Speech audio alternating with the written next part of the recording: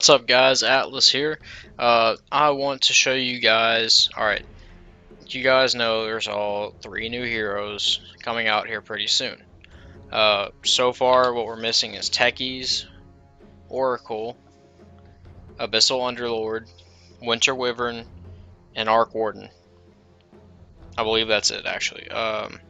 After those heroes come out, supposedly Ice Frog will start working on new heroes, like legitimate new heroes that no one's ever seen before, not even in Dota 1. Because if you guys know that, I don't know if you guys know, but since Dota 2 came out, I think the agreement was no more new heroes in Dota 1 until Dota 2 is completely caught up, which I'm sure Dota 1 players hate.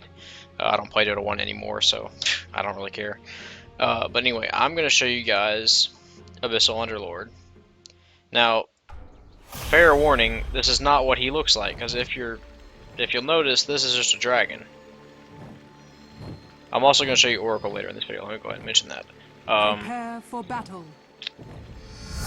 His model currently isn't finished, so right now the best way to do it was to put a dragon in the game, or put a dragon as his model.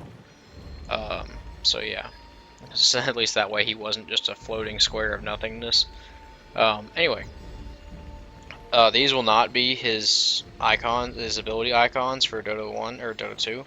These are the ones from Dota 1, actually. So let's just go over his abilities real quick. And 30 seconds to quick battle. disclaimer, I never really used Abyssal Underlord back in Dota 1. I only played him a few times. I mean, I've played every hero in Dota except for Winter Wyvern, Arc Warden, and Oracle. But I never really played this guy a whole lot, so just, yeah. Firestorm, as you can see, you can't actually see anything. The actual effect is there. I'll show you guys on creeps here in a little bit. But what it does is it does these waves of fire, which it's just going to be like a little, like one quick shower, it'll stop, another quick shower, stop, another quick shower, stop. It's just a wave, so like, you know, like it'll be drop, drop, drop, and each way, like you'll see several fireballs or whatever they're going to use for the particles or models, projectiles, whatever. There'll be 6 waves. There's 6 waves no matter what. As you can see on here, there's an interval of 1 second in between each wave and a radius of 400. This is what a radius of 400 looks like. It's got a pretty good cast range. As you can see right here, I can cast it from right there. Pretty decent cast range, not great. Decent cast range. Anyway, so at level 1, it'll do 6 waves. Each wave does 25 damage apiece. So if you're hit with all 6, you're looking at 150 damage total. And then you've got the burn damage. The burn is 2 seconds, and it'll be reset every time you get hit. So I'm not really sure how much damage you're looking at there if you get hit by all 6 waves, and then you get the burn damage. I know you're minimum looking at 160. So let's talk about his ult real quick, just because I'm going to use that to get up to the top. A lot of people think, or like there's a common misconception, that his ult would actually take you anywhere on the map. He can take his whole team with him. That's true. But it can't take you anywhere on the map. Because people kind of thought, oh, we can just 5-man TP into Roche, or I can 5-man TP my team into the fountain because I'm a dick. No.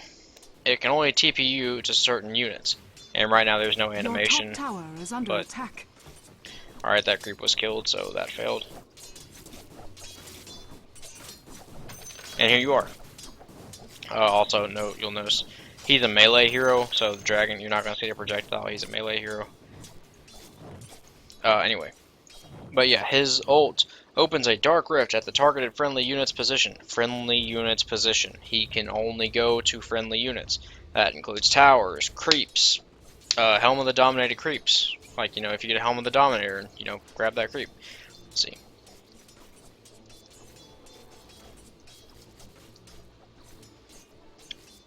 I didn't honestly expect that to work because I don't actually know the command for Helm of the Dominator. I'm going to check it real quick. And I'll grab one.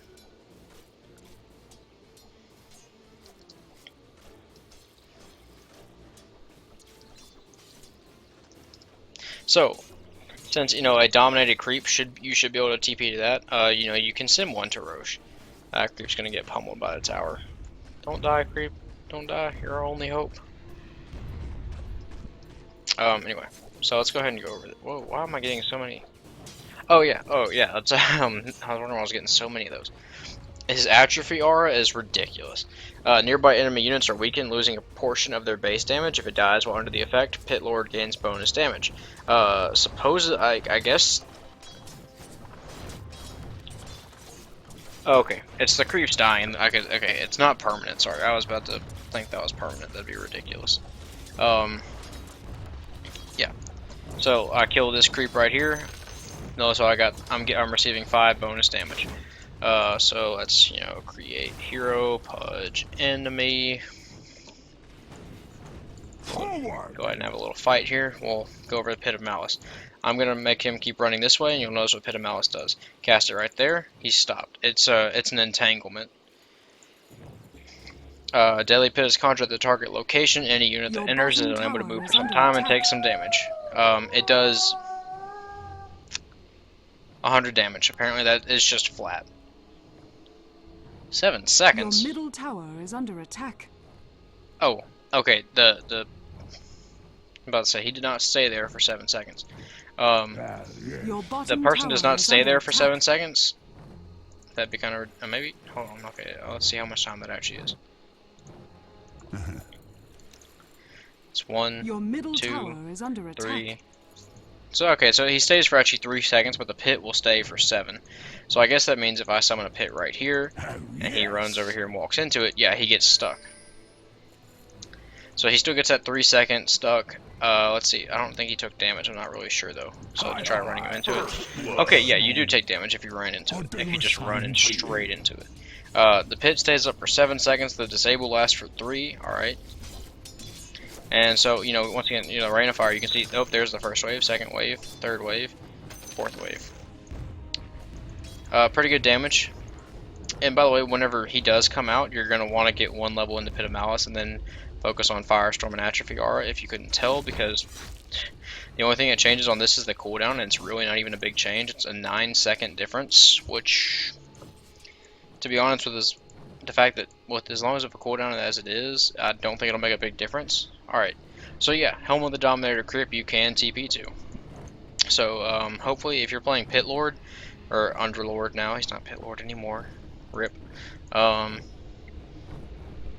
you probably should not be using Helm of the Dominator. I can't, like I said, I didn't play this guy a whole lot, but I'm pretty sure Helm of the Dominator is not in his repertoire. So honestly, ask the carry on your team to get one, because I do think that it should be kind of mandatory to have a Helm of the Dominator while Underlord is on your team, just because you could set a creep in here, and then you later on when you're ready to Roche, just take your whole team to Roche, thanks to that creep right there. And usually, if you're getting a creep to go in there, you want an Alpha Wolf or a Centaur, depending on whether or not you guys needed the creep to tank it, but preferably Alpha Wolf in my opinion. Anyway. So yeah, that's basically it on his abilities. So let's see, just go ahead and create hero, pudge, enemy one more time. Where'd he go? I don't know where he is.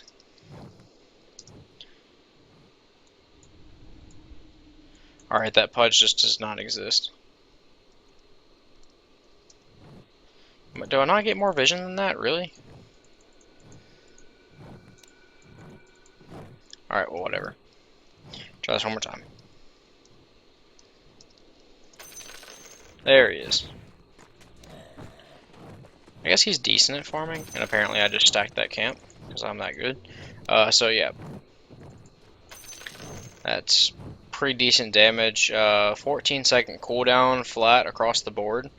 So no matter what, the cooldown will always be the same. This is the only ability that he has that the cooldown changes on it. And go ahead and notice extra 30 damage. That's pretty high. So this guy, whenever he's in team fights, if you take a team fight with this guy, it's time to take a tower. It's a lot. The duration of how long you get to keep that damage is increased with each. Sorry, I'm a little trouble thinking. It's a little late. It's increased with each level. That's it. Also, like I said earlier, nearby enemy units are weakened, losing a portion of their base damage. The damage reduction is 42% at its max level. So honestly, it's pretty debatable whether or not you want to max Atrophy over Firestorm. Firestorm's a lot of damage, but having this damage reduction, I mean, that thing can only hit for 15. Like, my wave is pushing so hard because these guys can only hit for, you know, almost only like, half of what they actually do. It's technically 58%, but you get the Your idea. bottom They tower can't is hit under very hard at attack. all, and if you just keep beating off of creep waves, you're just going to keep on getting damage. Apparently there is a limit to how many stacks you can have, though. That's Your interesting. bottom Let's see tower one. is under attack. 65 damage is like the max you can have, I guess. Oh, it's okay. Let's see if I can create. Well, let's Your go bottom item, tower is under attack. item, blink.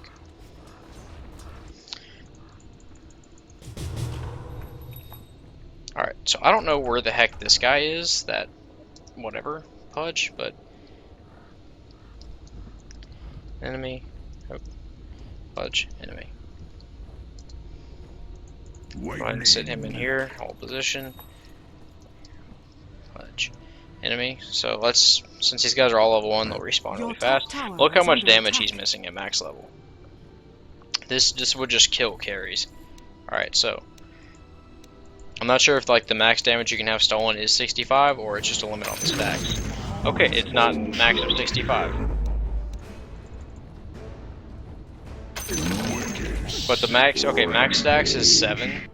So at most, if absolutely no creeps died near you when you were slaughtering their entire team and you somehow got 7 stacks, or 7 different instances of atrophy aura bonus damage, you can get up to 230 bonus damage, which, that's a lot. I mean, look at that damage, wrecked. Anyway, so yeah, this hero right here, I'm really looking forward to him coming into the game. It's also going to lead to some very frustrating games because of this. I mean, fuck that, for real. Let's see if Pit of Malice works on this guy. Oh, it does. And since like that's not a Lincoln's popping ability, so that might be pretty decent for your level 1 Roches if you can at least get away from him. Of course, you can only use it once and it's 3 seconds, but hey, it is what it is.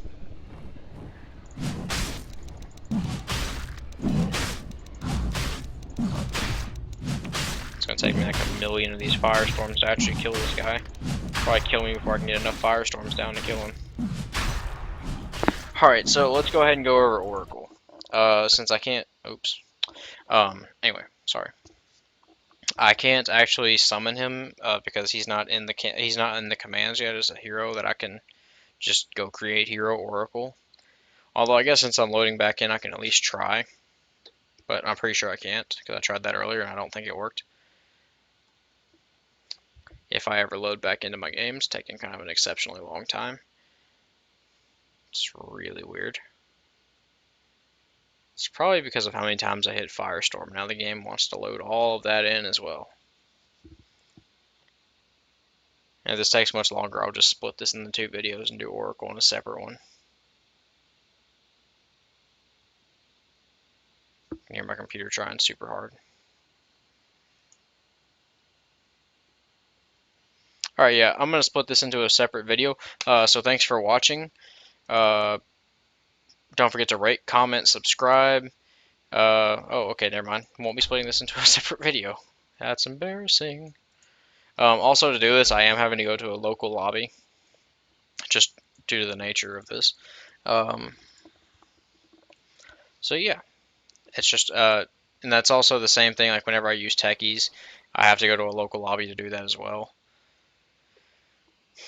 Ignore that, that's normal for it to go weird All out pick. like that. Okay, so now we're going to go Oracle. And once again, you'll notice this is not the character model for Oracle. The guy who made the, I'm not the guy who put this model into the game. This is one ugly as hell Necrophos. Somebody else who posted this mod, the D2 modding, or Dota 2 modding on Reddit. If you saw my other video on how to mod Dota 2, he posted Prepare this, for battle. and he put in some models just so you could at least have a character to move around when you do this. Anyway, so let's go over his abilities. Now this is a hero I have not played at all, so I'm just as much looking forward to learning him as you guys are. I do know one of his abilities is crazy good for your hard carry, and I believe it's his ult, False Promise, temporarily alters the target ally's destiny, delaying all damage, healing, and regeneration effects on them until False 30 Promise ends. seconds to battle. Ally is granted invisibility while attacking and moving. Removes all negative status effects when applied. Okay, fuck you, Valve. Fuck you, Ice Frog. This is gonna be one of the most annoying things to play up against. But it was a thing in Dota 1. Those players handle it, so can we. At least please do that, because honestly, I don't want this to be another Earth Spirit thing, The battle where he gets begins. nerfed when he really didn't need to be, and you're probably going to disagree with me on that. But honestly, I don't think he was that hard to play against. One of his best counters was Skywrath, just because if that guy is silenced, he's completely worthless. He's not a right clicker, unless you build him to be a right clicker, and even then his right clicks are pretty pitiful. Anyway, so let's go over what I'm actually here to go over. So you already know what False Promise does. You can cast it on yourself, as you can see. 9 seconds of invisibility, and you can attack whatever you want, and any negative status effects will be removed. So let's say I'm in Pit of Malice, and I've got an Oracle on my team. He can cast this on me, and we'll be all clear. I'll just be able to walk out of it. Of course, it's only 3 seconds anyway, as we went over earlier. It's not really a big deal. As you can see, Oracle will be ranged. You won't have this projectile. This is, once again, Necrophos's stuff. Okay, so we'll go over here. This Fortune's In. Channels Nerif's power. Nerif was the name of Oracle. He's not just Oracle. He actually has a name, guys. Into a bolt of scouring energy for up to 2.9 seconds. When released, the bolt strikes the targeted enemy, dealing damage and purging in an area around them. The purge duration is equal to the time spent channeling. So this is a channel. It's a very interesting animation there. Looks kind of like a nuke going off. Get wrecked. Anyway. Let's see, it's magical damage. Does up to 300 at its max level. The radius is 215. So let's see. The range on that's pretty terrible. And it'll actually do that to everybody. It gives it kind of a diffusal blade effect, but it'll do the 300 damage to everybody in the area. That's pretty good creep clear right there. And good slow as well. 12-second cooldown, 12-second cooldown, 3-second cooldown, 20-second. Good lord, these abilities. His mana pool doesn't seem to be that great though, so I imagine he'll definitely be running mana boots. Let's go. Okay, Purifying Flames. Sorry. Purifying Flames burns away impurities from the target, dealing heavy damage and causing them to regenerate life each second over the duration. Yeah, so this is something interesting. You can cast this on yourself. It's actually a healing spell. It heals more than it does damage for. It's a really weird ability. I'm not really... Okay, let's see. If I can cast this enough times on myself to kill myself. Like, I don't know if it's possible to kill yourself with this. I may not even be able to, simply because this thing's now regenerating so fast. Good lord. Yeah, but let's look at this. So it does regenerate more than, God, if I could talk. It does regenerate more health than damage is actually done, so, you know, it does 360 damage, but you'll get all that health back, and more. Just a little bit more. So, it's really weird, like, you'll really have to be careful, like, as to like, you know, how you use this. Alright. You can kill an enemy with it. Because, I mean, like, if it'll do enough damage to kill them, and then it does the healing. And of course, the healing is then worthless because you've already killed them. But you can easily make a mistake if it doesn't kill them when you actually throw it. You might have a problem, you know. just because they could get away. So you really have to be careful when you use it. Now I'm gonna see if you can suicide with it, because this brings, you know, an interesting. Look who's coming for dinner. Get over Hooks here. would work normally. All right, 360 damage. I'm gonna do one auto attack just to be safe. All right, so this should kill me. Okay, either I got really unlucky or you can't suicide with it, so we'll try this again.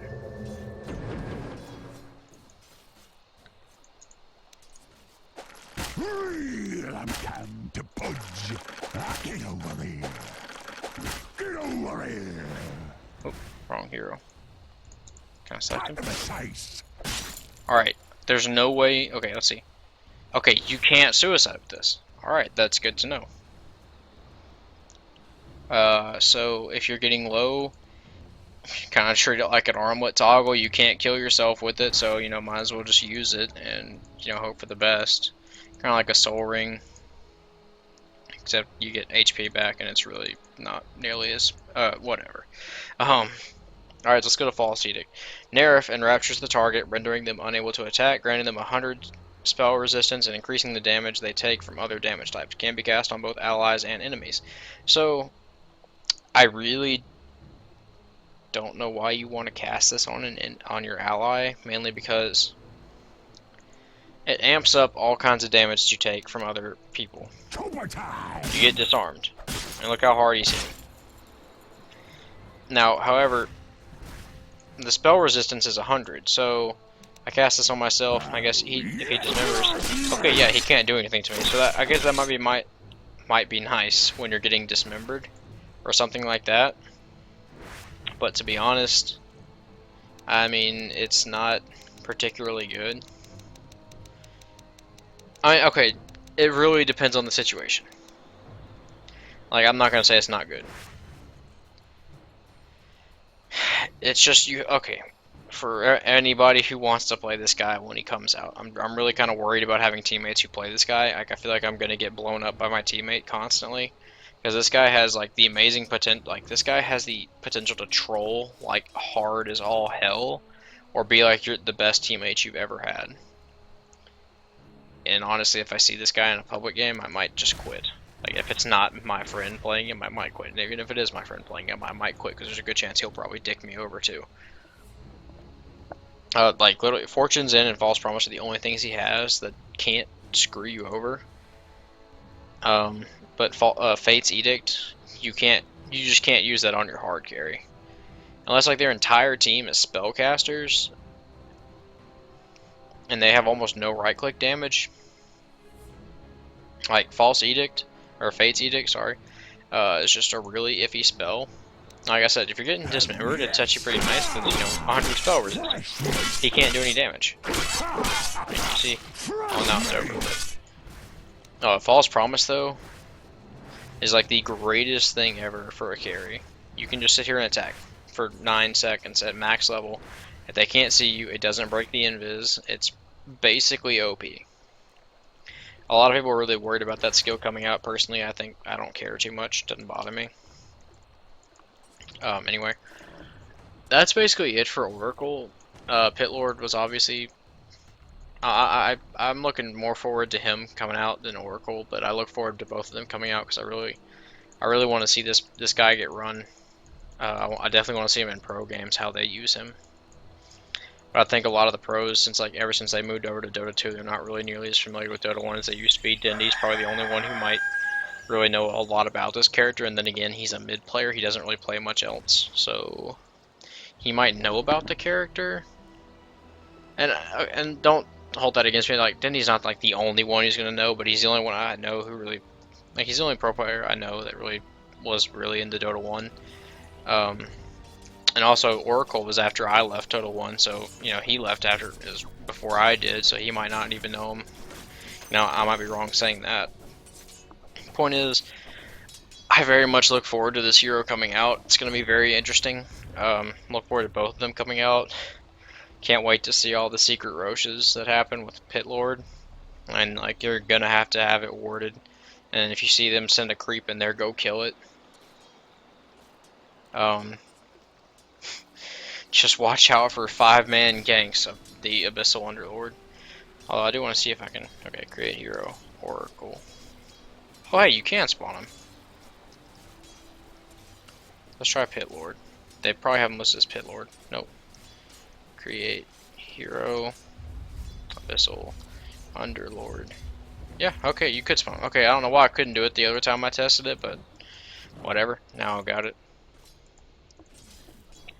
That's basically it for this video. Don't forget to rate, comment, subscribe, leave me a comment, tell me what you thought about the video, good or bad, I really don't care. If you have a suggestion for what you think I should do in the next video, just tell me in the comments. I read all the comments. I hope you guys like this. Thanks for watching. See you later.